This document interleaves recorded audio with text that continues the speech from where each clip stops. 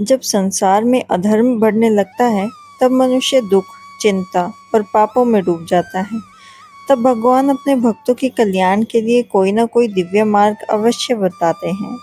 ऐसे ही एक पवित्र और दुर्लभ वरदान है पुरुषोत्तम मास, जिसकी महिमा स्वयं भगवान नारायण ने देवर्षि नारद को सुनाई थी।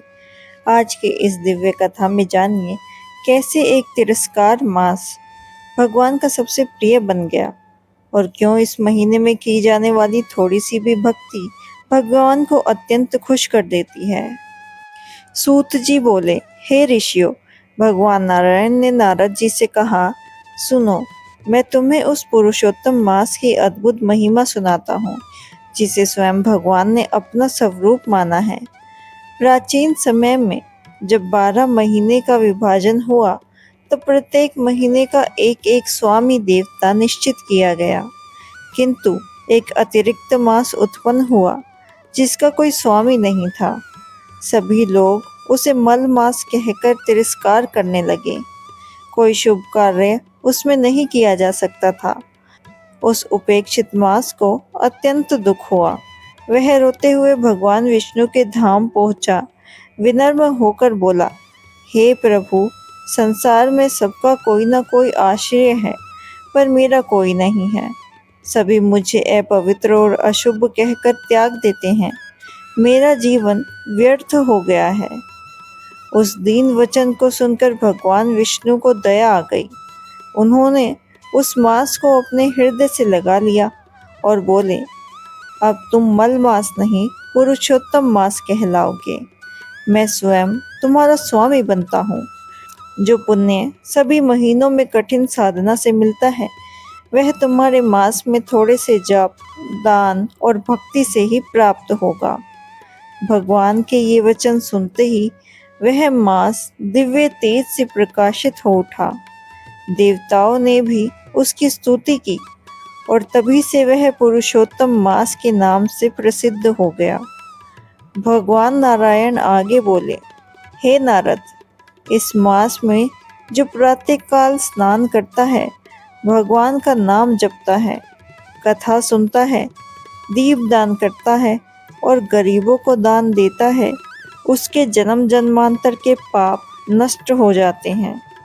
जो व्यक्ति इस महीने में क्रोध, झूठ, निंदा और अधर्म का त्याग करता है, उसके घर में सुख शांति आती है, दरिद्रता दूर होती है, रोग मिटते हैं और मन में भक्ति का प्रकाश उत्पन्न होता है।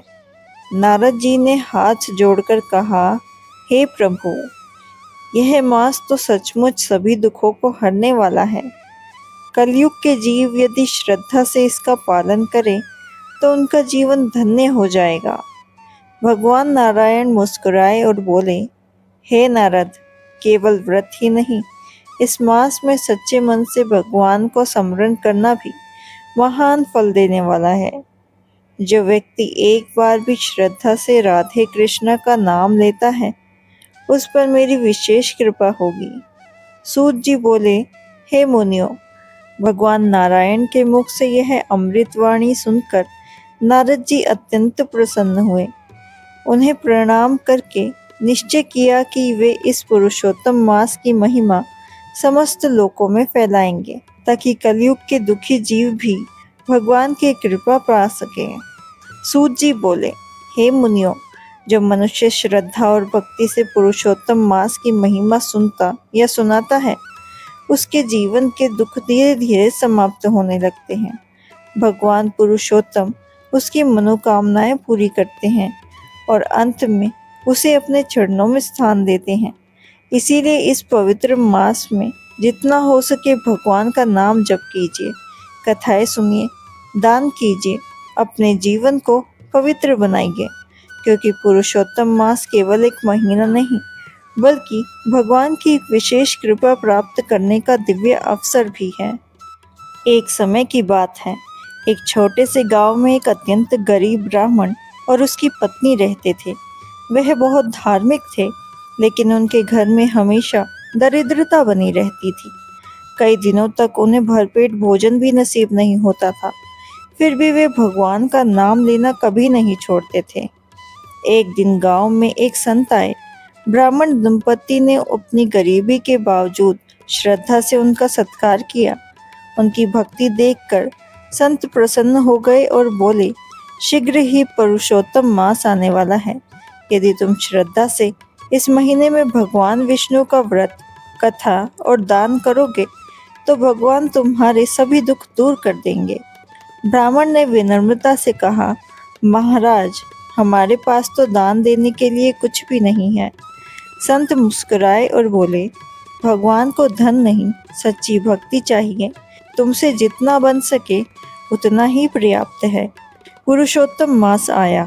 ब्राह्मण दंपति प्रतिदिन सुबह नदी में स्नान करते, भगवान का नाम जपते, दीपक जलाते और श्रद्धा से कथा सुनते। कभी कभी उनके पास खाने को केवल सूखी रोटी होती, फिर भी वे उसमें से थोड़ा भाग गाय और ज़रूरतमंद को दे देते। पूरा महीना बीत गया। एक रात ब्राह्मण के सपने में भगवान विष्णु आए। भगवान बोले, हे भक्त, तुम्हारी सच्ची श्रद्धा और पुरुषोत्तम मास की भक्ति से मैं अत्यंत प्रसन्न हूँ। कल से तुम्हारे जीवन में सभी कष्ट दूर हो जाएंगे। अगली सुबह गांव के राजा को पता चला कि ब्राह्मण विद्वान और धर्मात्मा है। राजा ने उन्हें राजपुरोहित बना दिया। धीरे धीरे उनके घर में सुख, शांति और समृद्धि का वास हो गया। लेकिन सबसे बड़ी बात यह थी, अब उनके मन में हमेशा भगवान के प्रति प्रेम और शांति बनी रहती थी। पुरुषोत्तम मास में की गई सच्चे मन से छोटी सी भक्ति भी भगवान तक अवश्य पहुंच जाती है। भगवान धन नहीं देखते, वे केवल श्रद्धा और प्रेम देखते हैं। कहते हैं कि उस गांव में एक धनवान व्यक्ति भी रहता था जो पुरुषोत्तम मास का मजाक उड़ाता था। वह कहता था, सिर्फ व्रत और कथा सुनने से क्या होता है। लेकिन उसने देखा कि वही गरीब ब्राह्मण जो कभी सूखी रोटी खाता था, वह भगवान की कृपा से सम्मान और सुख प्राप्त कर चुका है। तब उसे अपनी भूल का एहसास हुआ। वह ब्राह्मण उसके पास गया और बोला, मुझे भी बताइए, आखिर आपके जीवन में इतना बड़ा परिवर्तन कैसे आया। ब्राह्मण मुस्कुराया और बोला, ये सब पुरुषोत्तम भगवान की कृपा है।